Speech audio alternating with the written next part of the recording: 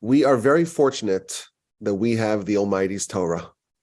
The more you study it, the more exposure that you have to it, the more you realize how lucky we are that we have this incredible gift from the Almighty. This gift that's there to elevate us, to make us more refined, to make us more sensitive, to make us more angelic, to connect us with our soul, to connect us with our essence, to give us a plan, to give us a dream of achieving eternity in Olam Haba. But I noticed something this past week, which was so profound and so counterintuitive, really. Such a lesson of how Torah is supposed to mold us and influence us and change us and reshape the way we see the world. It was just so fascinating, and I figured I have to share it with y'all. The verse tells us, Dirachea darche Noam. The ways of the Torah are the ways of pleasantness. The Torah is pleasant. You read the Torah, there's a lot of laws, a lot of details. But if you were to distill it down to what the emotion of Torah is, Dirachea darche Noam, its ways are pleasant. And I saw an example. We're reading now, of course, the book of Exodus, a very dramatic story. The Jewish people are in Egypt, and they end up there in a very circuitous way. Joseph goes initially, and then there's the famine, and then the Jewish people somehow end up there in this very unusual turn of events. And then they settle down there, and they proliferate there. Eventually, they're enslaved there. And things get really bad, and they grow, they proliferate very dramatically, but they're suffering. And we read about Moshe, and he grows up in this very unusual arrangement. He is the son of the most prestigious of the Jews, Amram and Yocheved. He's a grandson of Levi, the son of Jacob. But he somehow grows up in the house of Pharaoh as a prince. And then when he comes of age, he goes out to inspect with his brethren. He has some sort of affinity towards the small people, towards the slaves, towards his real biological brothers. And he goes the first day and he sees an Egyptian man striking a Hebrew man of his fellow, and he intervenes and he defends the defenseless, and he kills the Egyptian. He buries him in the sand. And the next day he goes out and sees two Hebrews fighting, two Israelites fighting. And again, he intervenes. And they say, well, why is this your business? Are you going to kill us like you killed the guy yesterday? And Moshe gets arrested and he has to flee, ends up in Midian. And he's there for maybe 60 years.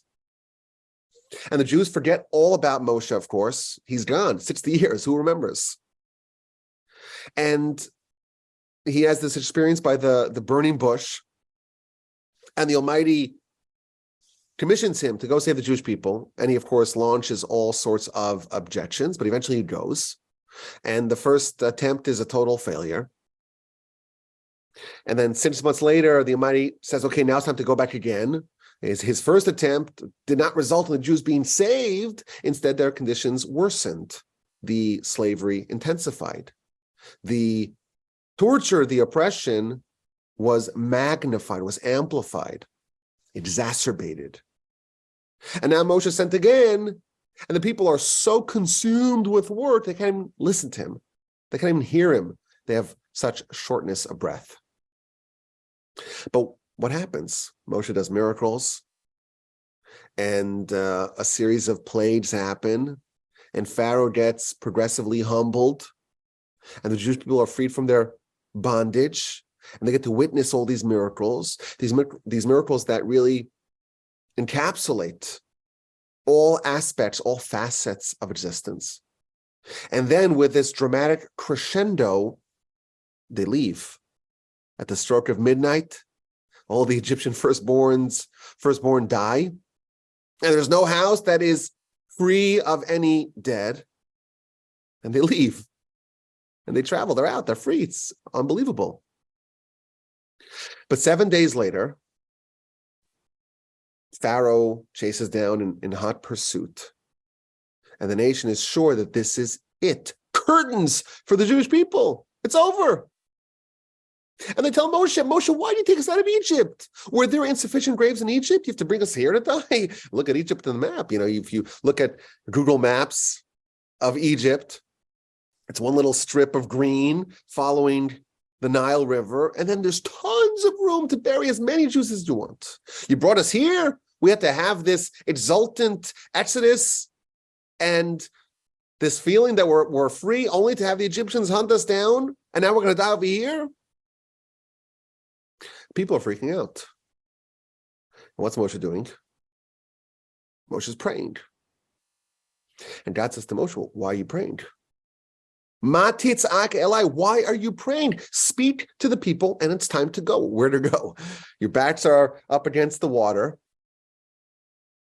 and you're surrounded by this very well-armed and experienced army.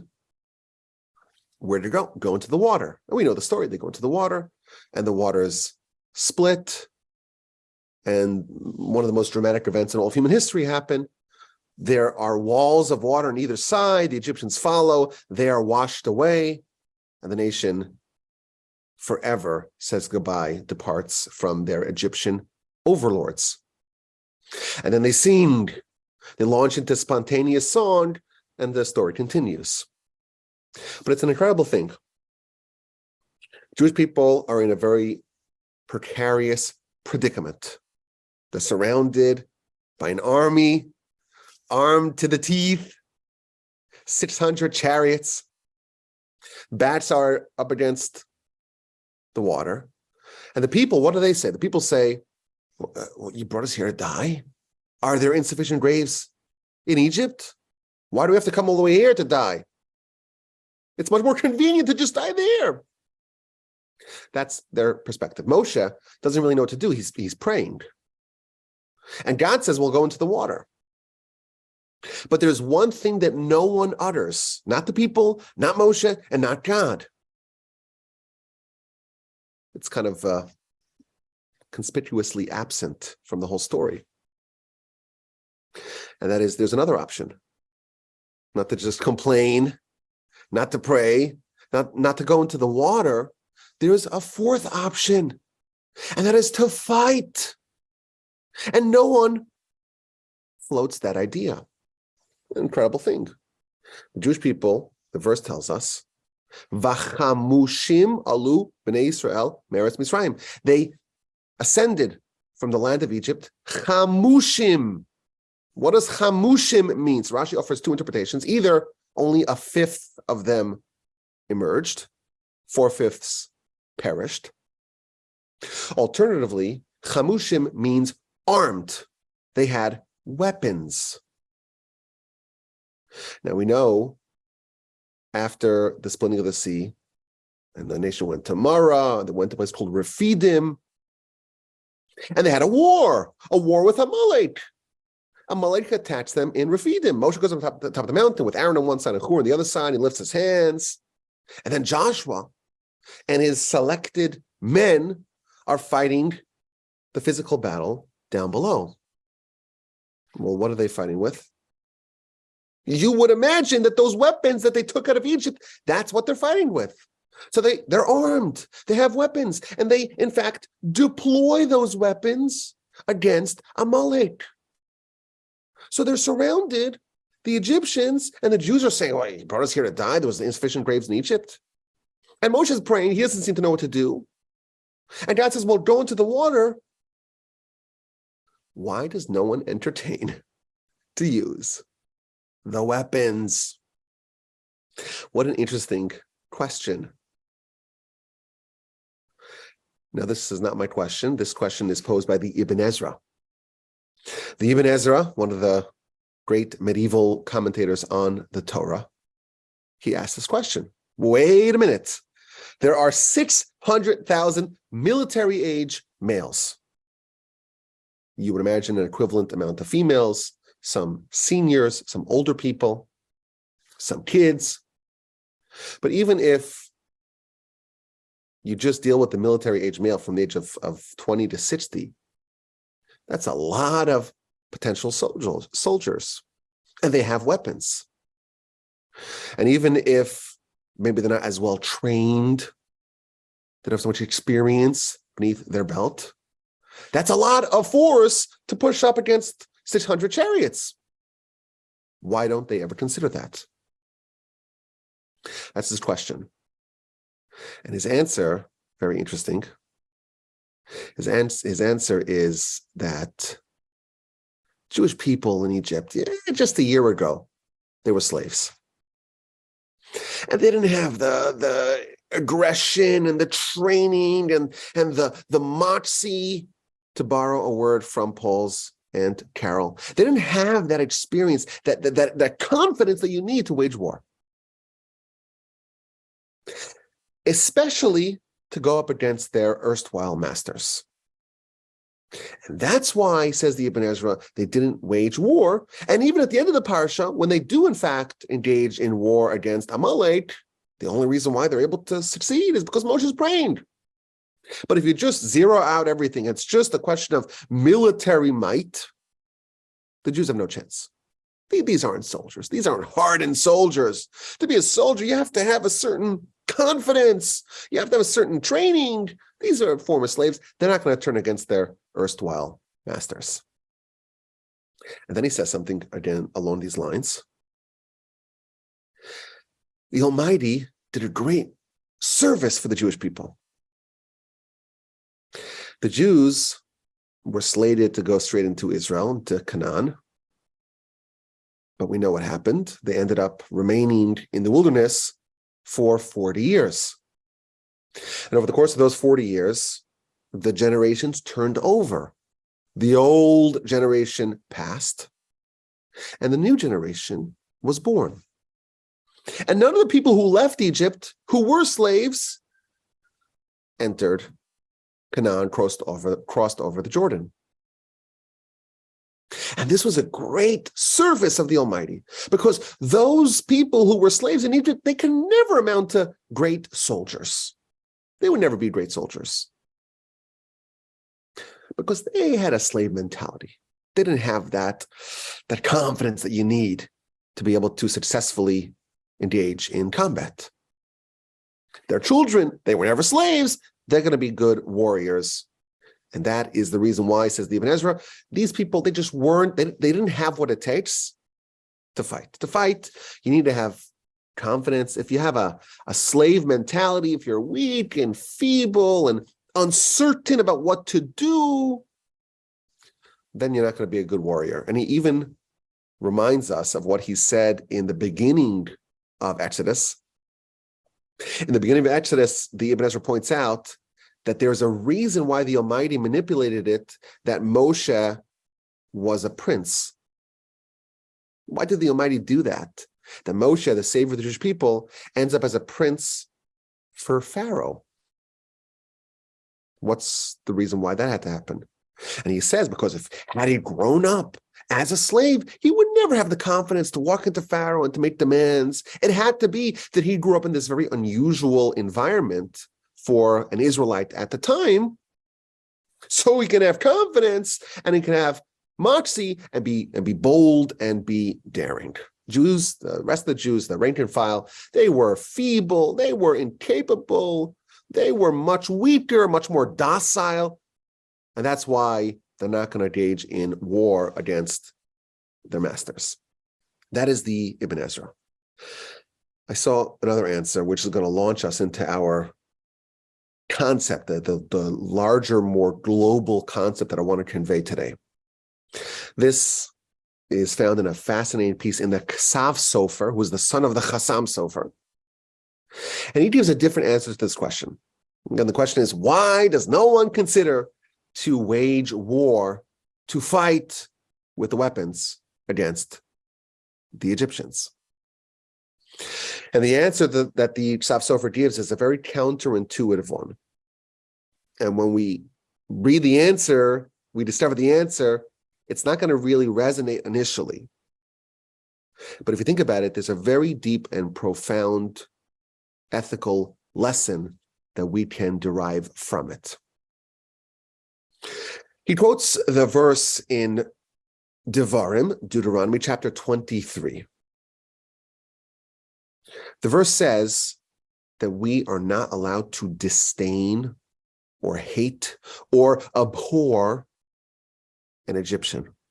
There is a prohibition for us to discriminate against Egyptians. Now, Egyptians, they're our enemies. They held us hostage. They enslaved us. We cannot discriminate against them. Why, says the verse, Ki ger hayisa be'artzo, because you were a foreigner in his land.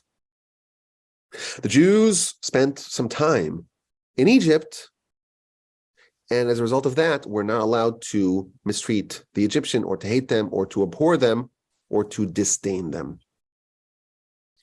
And Rashi asks the question, we were in their land against our will. We were in their land and we were grossly mistreated. And what did they do to the Jewish babies? They took the Jewish babies and they threw them into the water, into the Nile. And we read in Exodus, especially with Rashi's commentary, just the terrible, egregious, unconscionable things that the Egyptians did to their Jewish slaves. The Midrash tells us that when Pharaoh was ill, he would slaughter hundreds of Jewish babies every single day to bathe in their blood. This is demented stuff, genocidal stuff.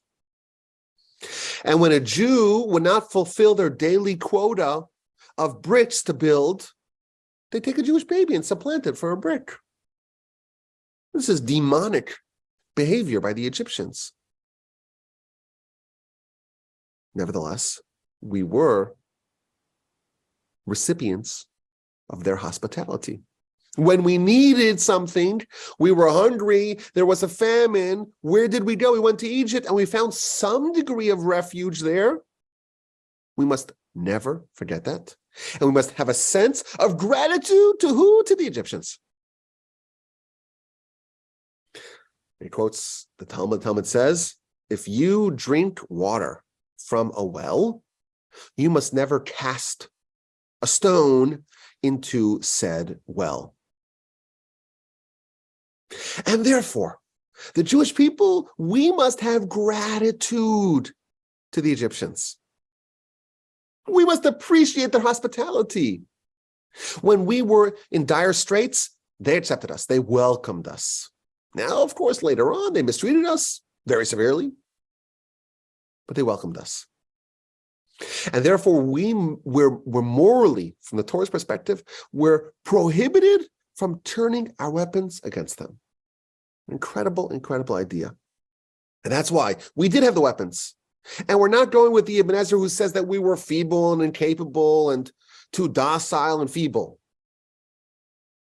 too weak, too not confident, too incapable. No, we were very capable, let's assume. But we are prohibited from doing anything negative towards the Egyptians, and therefore the right thing for us to do was to not turn our weapons against them. Incredible idea, but let's just put a little pin in that because he goes a little further. Now, this is a little bit of a piece you got to follow. It's a little bit, there's a few moving parts here, so listen carefully. The sea split. Sea split. Jews walked amidst walls of water. They walked on the dry path. That's what happened. That was the resolution of this standoff. Now, we always define what happened to the water as the sea split. Kriyas Yamsuf, the waters tore apart and they split. In Psalms, there's a different description, different verb that is associated with what happened. Hayam, the sea, Ra'ah, saw, the sea saw, Vayanas, and it fled. The way Psalms describes what happened, the sea saw, the sea of reeds saw something, and it fled. It ran away. And some of the water ran in this direction, and some ran in the other direction, and there was a walkable path between those walls of water. The sea saw, and it fled. Now, what did the sea with an A see with an E? What did the sea see that made it flee? This sounds like a Dr. Seuss. What did the sea see that made it flee? Says the Midrash, something incredible. What did it see? It saw the bones of Joseph. It saw the bones of Joseph. We know Moshe went and he got the bones of Joseph. And he took it with him. And when the sea saw the bones of Joseph, it fled. Now, why did the sea flee? It fled because of Joseph. Joseph, when he was propositioned by his master's wife, by Mrs. Potiphar, and she divested him of his garments, what did he do? Vayanas, and he fled. Vayetze achutza, and he went outside. In the merit of Joseph fleeing from his master's wife, the sea fled from the Jews who were carrying the bones of Joseph. Hayam ra'av vayanas, the sea saw and fled. What did it see? It saw the bones of Joseph. Why? Because vayanas, because Joseph fled. Vayetze achutza, and he went outside. So this a very nice idea the Midrash is telling us, that the merit of Joseph, that is what earned us the right to be able to walk amidst the walls of water. But it goes even deeper. This is why I told you to listen carefully. The sea saw and fled. It saw the bones of Joseph and it fled. And it saw specifically the fact that Joseph fled when his master's wife grabbed his garments and disrobed him. He fled outside. And what happened then? He looked supremely guilty. Why did he flee outside? Isn't there a better solution? This is the Ramban's question. Wait a minute. Genesis chapter 38. Joseph is working for Potiphar and his master's wife, Mrs. Potiphar. She really wants to be with Joseph, and Joseph knows it's inappropriate. And she is seducing him in all manners of seduction, and he is resisting. And then one day she pulls off his garments, and she has his garments. And what does Joseph do? He runs outside. He is, quite literally, now exposed. Why does he do that? Isn't there a better solution? Joseph is a man. Joseph is the son of Jacob. We know that this family was very physically gifted. His master's wife, God bless her, she's not going to overpower Joseph. So why does Joseph just grab back his garments and regarb himself and not run out looking like the guilty party and endangering himself and potentially ending up arrested, which is what he did, and almost executed, which is what almost happened? There's a better solution, the Ramban asks. He could overpower her and grab his garments back. That's the Ramban's question. And his answer is quite counterintuitive. He says it's not appropriate. It is not befitting someone who was welcomed into the house of Potiphar to physically and violently overpower his master's wife. And therefore, it's better for Joseph to endanger himself, to flee outside. That is a preferable outcome than to physically overcome and muscle and bullies, essentially, and use his physical brute force to overpower his master's wife. And that's why he went outside, notwithstanding the entailed danger. Says the Ksaf over, this is the clever bit. the sea saw, and it split. It didn't split, it fled. Well, what did it see? It saw the bones of Joseph. And it fled. The Jewish people, they had an easier solution. The sea didn't need to split. The sea didn't need to flee. The Jews were armed. They had weapons. They could have turned their weapons against the Egyptians. Why did the sea flee? Why did it split? It's because of Joseph. There's a deeper meaning here to the Midrash's connection between the episode of Joseph fleeing and the sea fleeing. Joseph showed us how is proper behavior, what's the proper decorum in such an instance. You have a master. The proper derech eretz, the proper way to behave in such an instance is not to use physical force to get what you want. It's better to flee outside, even though it's going to be dangerous. By that same logic, the Jewish people said it's not appropriate for us to turn our weapons against the Egyptians.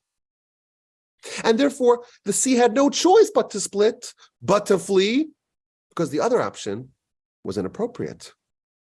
So it's not just the merit of Joseph earned us the right to have the sea flee. The same logic of Joseph fleeing mandated that the only possible outcome can be that the sea flees. For the precise reason as to why Joseph fled and did not fight, the Jews must not fight, and the sea must flee. This is the Ksaf Sofer's genius response to this question of the Ibn Ezra. The Jews were armed, and we're assuming that they are capable and competent. So why didn't they fight? They didn't fight because it was inappropriate for them to fight. To physically and violently free themselves of their oppressors, that is not appropriate. Why? Because they were your hosts. And you owe them a debt of gratitude. They hosted you in your time of need. When you were needy, they took you in. Now, with friends like this, who needs enemies, right? We would have much preferred avoiding their hospitality. This is hospitality? I think this is an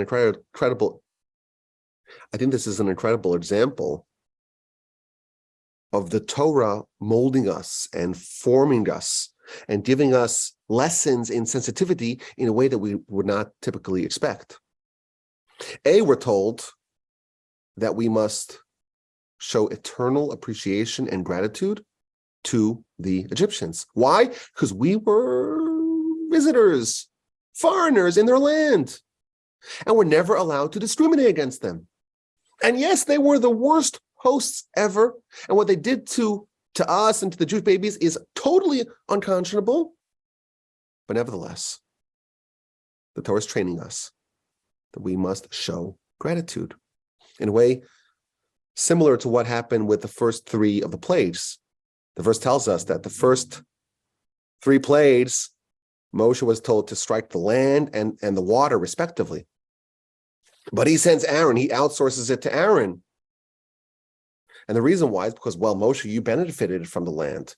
When you killed the Egyptian on day one of your excursion, you buried him in the sand. And therefore, it's not appropriate for you to strike the sand. Now, how much did the sand really protect him, right? The next day he was arrested for that crime anyhow. And Moshe, you were floating on the water in that makeshift little ark box for 15 minutes before the princess, Pharaoh's daughter, picked you up. Therefore, it's not appropriate for you to strike the water. Send Aaron instead. So that's one lesson, the incredible sensitivity that we have in appreciation for things that are not necessarily in their totality. In aggregate, you wouldn't say this is a good thing that has done good things for you. But if there's even a scintilla, a smidgen, an inkling of goodness that you received from a given thing or entity or nation or person,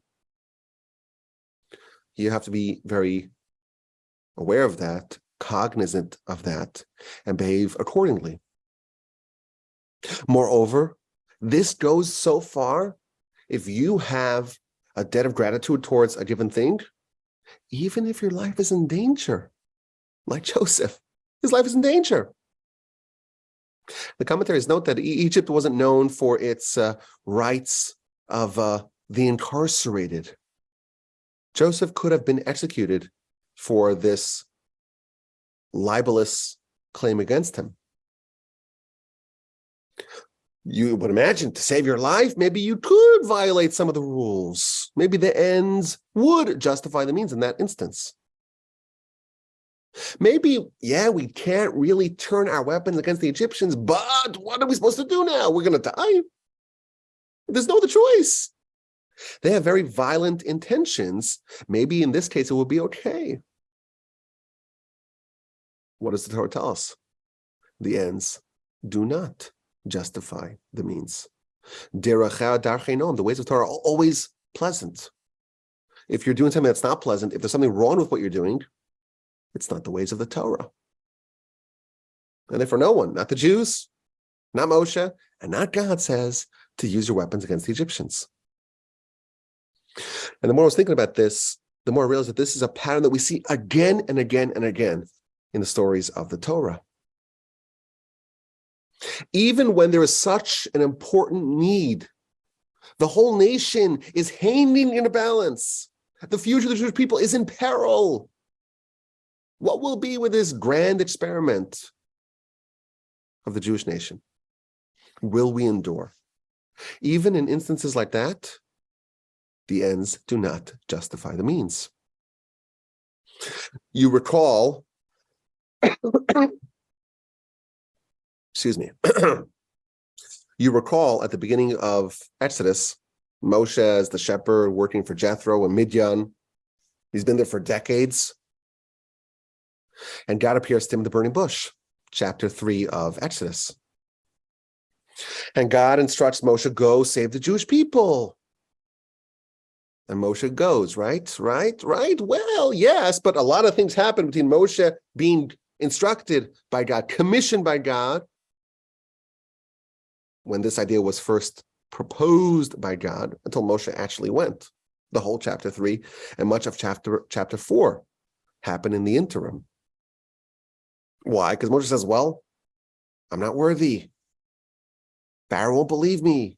What name of God should I say? The Jews won't believe me. I have a speech impediment. I'm not worthy. The Jews are not worthy.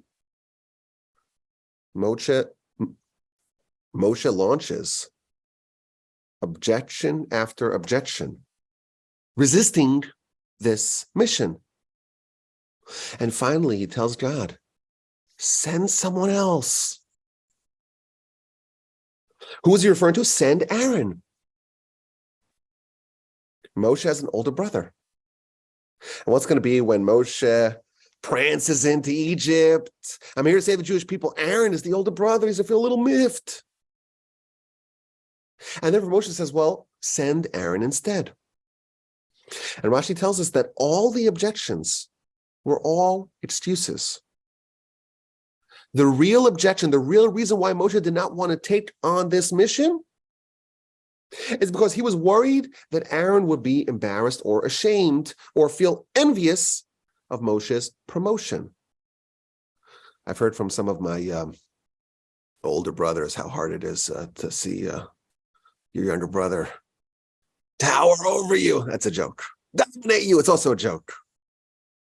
But it's tough. It's tough. Your younger brother, the one that used to bully and used to change their diapers and feed them, and suddenly they're eclipsing you.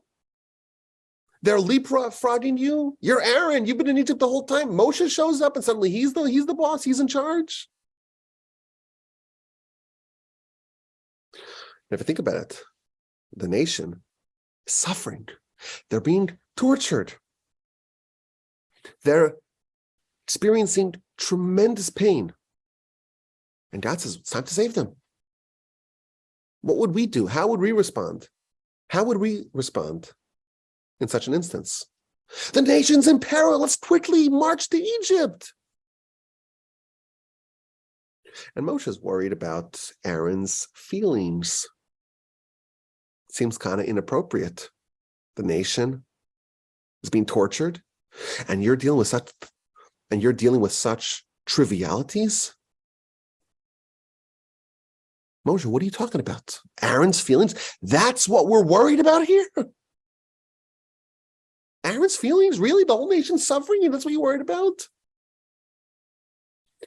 Now, to compound the matter, what does God respond? This is chapter 4, verse 14 of Exodus. God gets angry at Moshe. Vayicharaf Hashem b'Moshe. God gets angry at Moshe. Now, if we were to guess what the end of the verse is, we would say, he gets angry at Moshe. He says, why are you dealing with such small pettiness? Aaron's feelings? That's what you're worried about right now? When the nation is suffering so mightily? That's what we would imagine God's continuation would be. But God says something else. God says, Aaron? Don't you know Aaron? When he will see you, and he will see the important post that you have, and he'll see your stature, and he'll see your stature rising above his, he's going to be happy in his heart. Aaron is not going to be miffed, embarrassed, envious, ashamed that you're going to leapfrog him. Aaron will be happy in his heart. You know, sometimes when your friend gets a promotion, you're like, oh, I'm so happy for you. But in your heart, like, oh, why not me? Oh, I wish he fails. Oh. That's what sometimes the way we feel. We could externally project happiness. I'm so happy for you. Oh, congratulations. But to be happy in your heart, you really have to be a special person. And the verse tells us that God testifies. Aaron will be glad in his heart. The only person that we know of regarding whom the Almighty testifies has no envy, the only person is Aaron. He will be glad in his heart. And that's why God gets angry at Moshe. Now, we question Moshe. Moshe, understand, why are you worried about Aaron's feelings when the nation is on the verge of destruction? We questioned Moshe's calculation. It's not appropriate to worry about such trivialities like Aaron's feelings when the nation and their future is at stake. But that's not why God gets angry at Moshe. He only gets angry at Moshe because the reality is that Aaron will be glad in his heart. Now, what would be if Aaron was like everyone else? That it would be a little bit envious that Moshe's calculation was 100% correct. It would be appropriate to abort the mission if the mission demands that Aaron's feelings get trampled upon. The only criticism of Moshe, the only reason why God gets angry at Moshe is because he got the reality on the ground wrong. Aaron, in fact, is not envious. But had Aaron been like everyone else, gets a little envious when his younger brother supplants him or overcomes him or leapfrogs him, then it would be appropriate to discard the mission. What about the Jewish people? Again, we see that even if the entire nation's future is in balance, just as we don't turn the weapons against the Egyptians, and Joseph does not physically overcome his master's wife, even if the whole future is in peril, the Torah is telling us that we cannot do things that are problematic, things that are not pleasant. The way of the Torah is pleasant. If the way demands that you override Aaron and you hurt his feelings, that's not pleasant, and therefore it's not the way of the Torah. You cannot save the nation if the only way to do it, the only path forward, is one that tramples over your brother's feelings.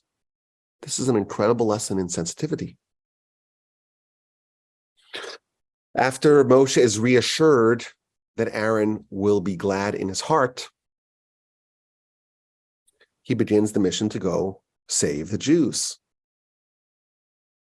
But he makes one pit stop he stops along the way. Where does he stop? Chapter 4, verse 18. He goes to Jethro. And he says, Jethro, I want to go to Egypt. I want to go inspect the well-being of my brethren there. Would that be okay? And Jethro, in his magnanimity, says, yeah, sure, go. Go with peace. It's a pretty innocuous verse, but you look at Rashi. Rashi says something fascinating. Moshe and Jethro had an arrangement. They had an agreement that stipulated that Moshe will not leave without Jethro's permission. And now God commissions Moshe to go save the Jewish people. Aaron has no problem with it. He'll be glad in his heart. And Moshe says, wait a minute, I have to make one more stop to get permission from my pagan father-in-law, Jethro. Now, Jethro gave his blessing to this mission. But what would have happened had Jethro said, actually, I don't approve? Implied from the verse is that Moshe would have told God, I'm sorry, the Jewish people, they're suffering. Aaron wouldn't mind. It doesn't matter. I'm staying here. I'm not going to violate my oath to Jethro, to my father-in-law, even if it means that the whole Jewish people don't have a savior. Now, again, if we just saw this, we would say Moshe made a mistake. I don't understand. God tells you to do something. And Jethro, in the counterfactual example where Jethro stopped this mission from happening, in that world, Moshe would have stayed put. And what would be with the mission of the Jewish people? We would think that Moshe made a mistake. The Midrash says otherwise. The verse in Psalms 24 says, Mi ya'aleh b'har Hashem, who will ascend the mountain of God? Umi yakum bimkom kacho, and who will stand up in his holy place? What are the criteria for ascending the mountain of God? Niki kapayim, you have to have clean hands, integrity. Ubar livav, and a wholesome heart, and does not take the Almighty's name in vain, and does not violate their oaths. Says the Midrash, all these four characteristics were found in Moshe. And that's why Moshe was able to ascend the mountain of God and receive the Torah. And it gives examples to all these four things. Moshe did not violate his oath when he went down to Egypt. He first made a pit stop with Jethro, because he had made an oath, because he had promised to not leave without his permission. So what we would accuse Moshe of making a mistake, how can you deal with such trivialities when the nation's future is in peril? Not only did Moshe not make a mistake, that was his qualifications. These are his credentials that enable him to ascend the mountain of God. And again, the nation is hanging on a thread. The future of the Jewish experiment is at risk. And you're worried about a small oath that you made to your father-in-law? God says to go. And you say, I want to consult with Jethro? Again, we see this principle to save the Jewish people, to alter the course of human history. You cannot do it if it demands that you take a path that's not pleasant. If you have to violate your oath to Jethro, if you have to trample over the feelings of Aaron, if you have to turn your weapons against the Egyptians, if you have to forcefully overpower your master's wife, that's not the pleasant way. And the ways of the Torah are all pleasant, and thus, if it's not pleasant, you know it's not the way of the Torah. But there's such an important, let's make an exception here. No, there's no exceptions. There's no exceptions. It's never appropriate. It's an incredible idea. It's never appropriate for us to violate the ways of the Torah, the ways of pleasantness. Not only that, our understanding is that even if you were to do it, it would not succeed, because that's not the way of the Torah. You're not going to save the Jewish people by going against the way of the Torah. But what will be? What will be? That's the Almighty's problem, not mine. There are more examples to this phenomenon. In chapter 27 of Genesis, the Jewish people were again at risk. Isaac was old, and he had a preference for Esav. And he tells Esav, I want to give you a blessing that is rooted in prophecy, guaranteed to be fulfilled. But the way you do it is you have to bring me something. So go out, catch some game, take your weapons, and make me delicacies, and you bring it, and I'll eat it, and then I will have the proper frame of mind to be able to bless you before I die. Had Esav received those blessings, it would have been total catastrophe for Jacob and his descendants. Now we know the story. Rebecca overhears it, and she summons Jacob. And we have to stop this. She understands, of course, prophetically, that Jacob is the right one, not Esav. Jacob is going to be the one who's going to be the standard bearer, the torch bearer of the Abrahamic mission.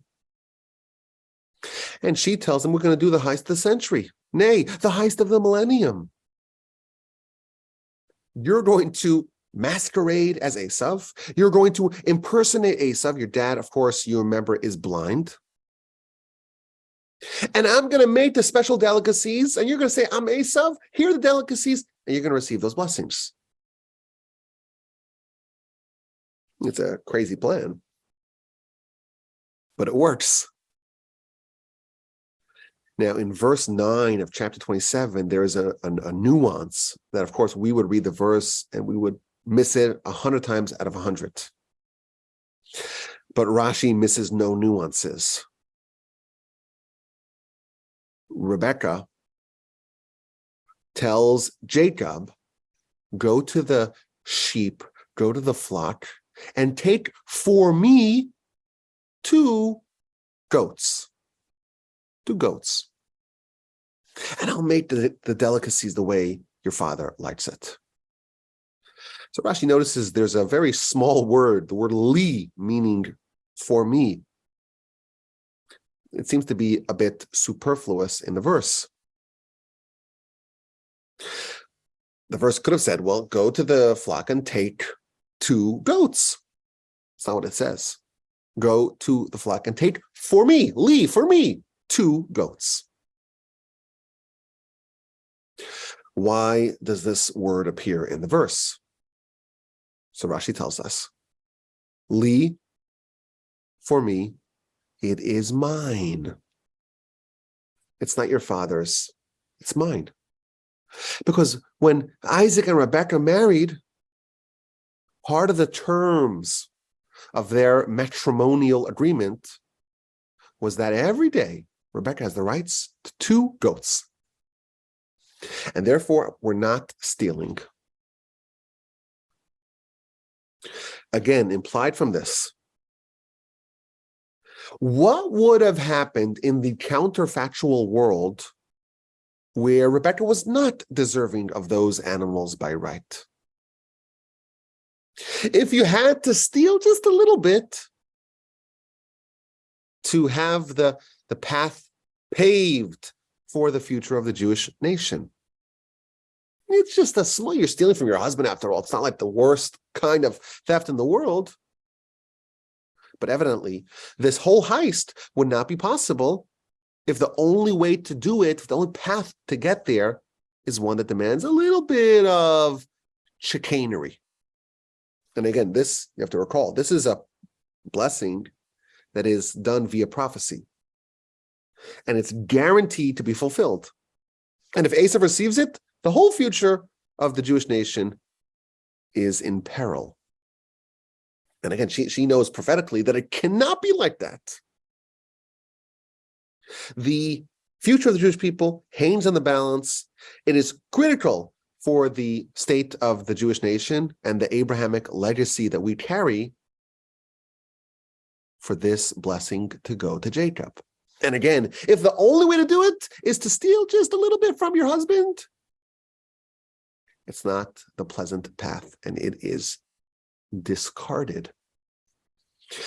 And finally, the next example of this principle, also in the book of Genesis, Judah has two sons. Each are married to this woman Tamar, and they both die. And Judah assumes that Tamar is trouble. So he says, well, the third son, I'll get to you. You go home and you stay with your family, and we'll send you a postcard when he's old enough so you can marry him. And Shelah, the third son, matures, and Tamar receives no postcard. And she comes up with a very implausible plan to bear a child from Judah himself. Our sages tell us that Tamar had a prophetic vision of the fact that she was destined to bear a child from the line of Judah. And that's why she was so desperate to have a child from him. So we know the story. She impersonates a prostitute and she seduces Judah. And he doesn't know who she is. And he doesn't have immediate payment. So he gives her the identifying marks, his staff, his signet ring. Judah tries to find this mysterious woman, and he cannot find her.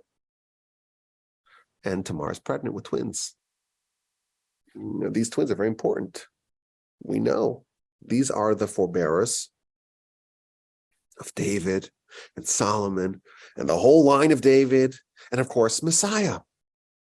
And even before Messiah, Hillel and all of Hillel's descendants, Rabbi Shimon, Rabbi Shimon Gamliel, etc., Rabbi Judah the Prince. All that comes from this very unusual union. Now she's arrested and she's put on trial. And her crime is that she is technically still married to the family of Judah. And the kind of the details of that are somewhat nuanced, but she is, even though her husband is dead, but because she must still resolve her relationship with this family because she bore no children, so that's kind of the Levirate marriage idea, she is put on trial. And Judah is the judge. And the Midrash tells us that the spectators to this court case were Jacob and Isaac. And she knows that she has the damning evidence to say that actually Judah's the dad. And what does she do? She doesn't release that. She doesn't release that information. She has exculpating evidence, and she does not release it. She sends a message. Here's the signet ring and the staff. Do you know perhaps who's the bearer, who's the owner of these items? Says the Talmud, it's better to be thrown in a fiery furnace than to publicly embarrass someone, to whiten someone's face publicly, to shame someone publicly, to have the corpuscles of their face flush red and then go white as a cadaver. It's better to die. And we learn that from Tamar. She was willing to die to not embarrass Judah. But who would she take with her? Her twins and any hope for Messiah. And she put all that on the line to not embarrass Judah. You have Messiah, King David, Solomon. Our whole future comes from this family.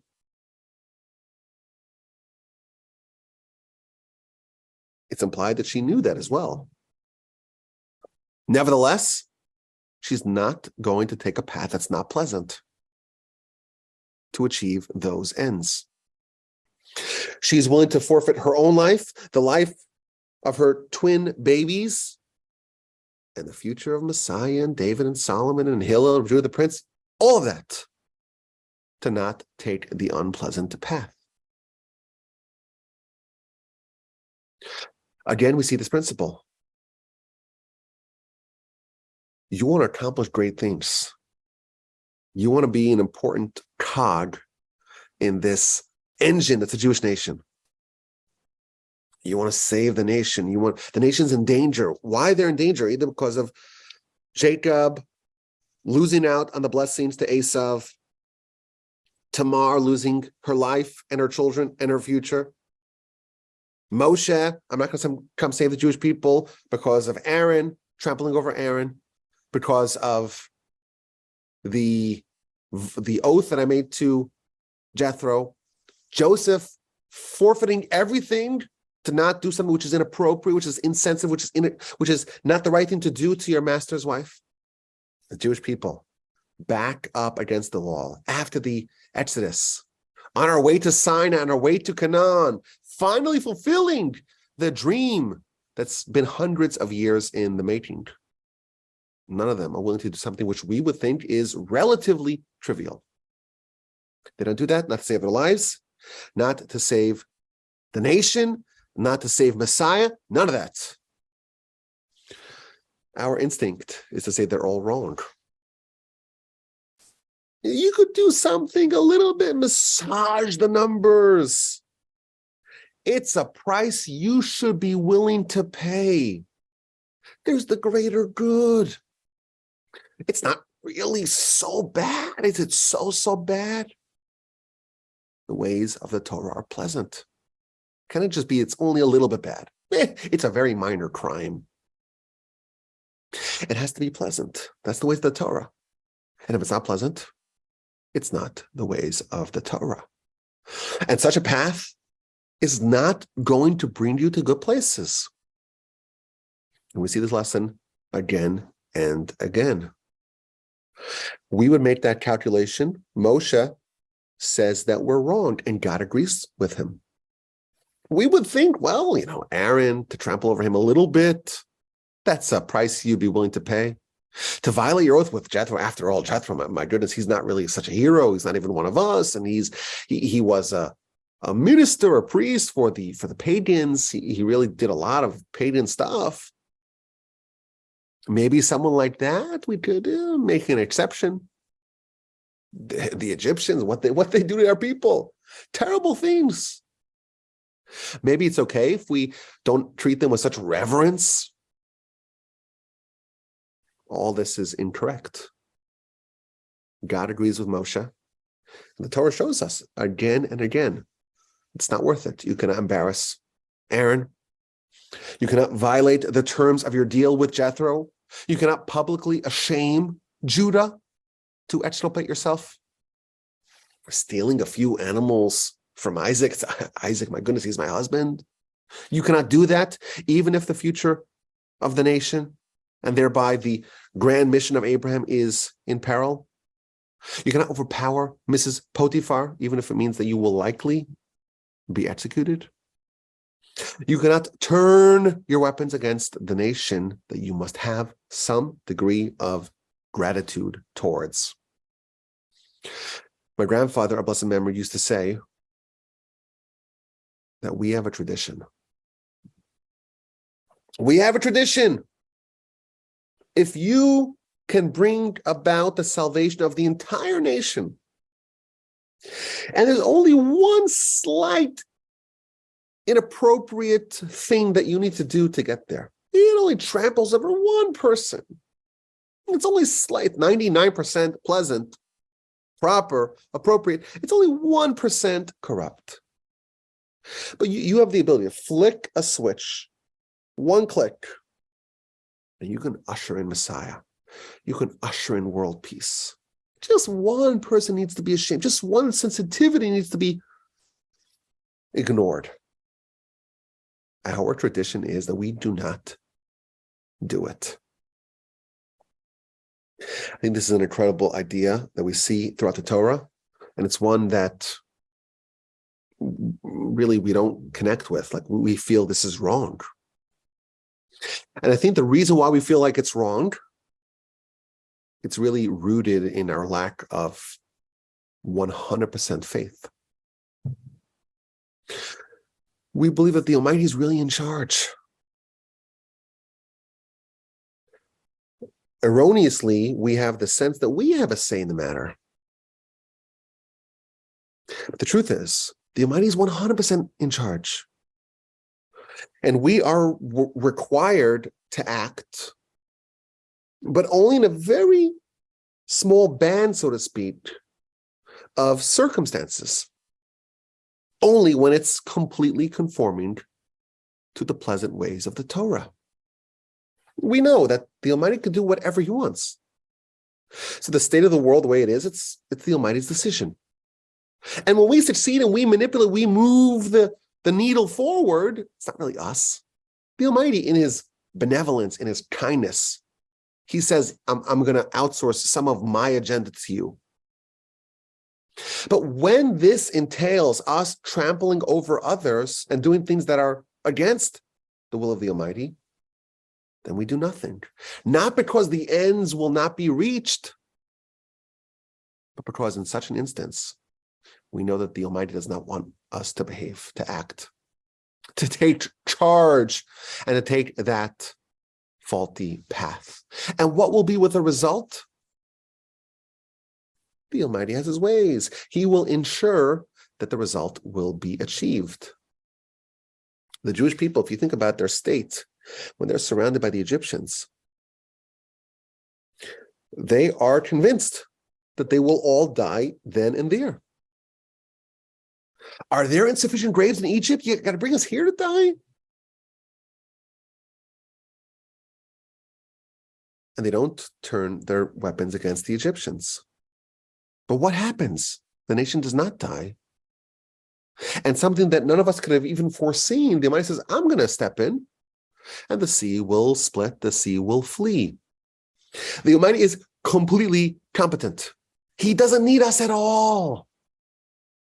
And when things are wrong for us, and when things are wrong, and when it's inappropriate for us to act, we stay on the sidelines. To me, this was an incredible idea. An idea that shifts our perspective. It's a paradigm shift. The Almighty is in charge. And when we effectuate change, it's not really us that are doing it. The Almighty is allowing us to do something that He wants to get done. But if it's not pleasant, if it's inappropriate, if there's some even minor thing that's not correct, we stand down. We stand down and we withhold from acting. This is, I think, some examples of the reshaping, remolding, reframing that the Torah is trying to do to us. Develop sensitivity, show gratitude even to the Egyptians. It's so hard for us to even fathom that the Egyptians are worthy of any gratitude. And even that small amount of gratitude, that will be enough to stop us in our tracks, to not violate this, to not engage in violence their way. And then we see that pattern again and again.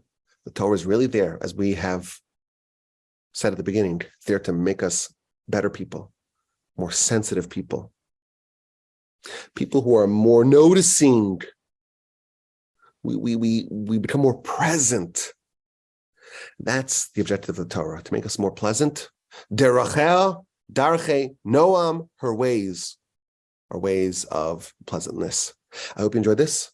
Send me your questions, your comments, and your feedback to rabbiwolbe@gmail.com. It's a total pleasure to discuss Torah with you from the Torch Center in Houston, Texas. And again, the email address is rabbiwolbe@gmail.com.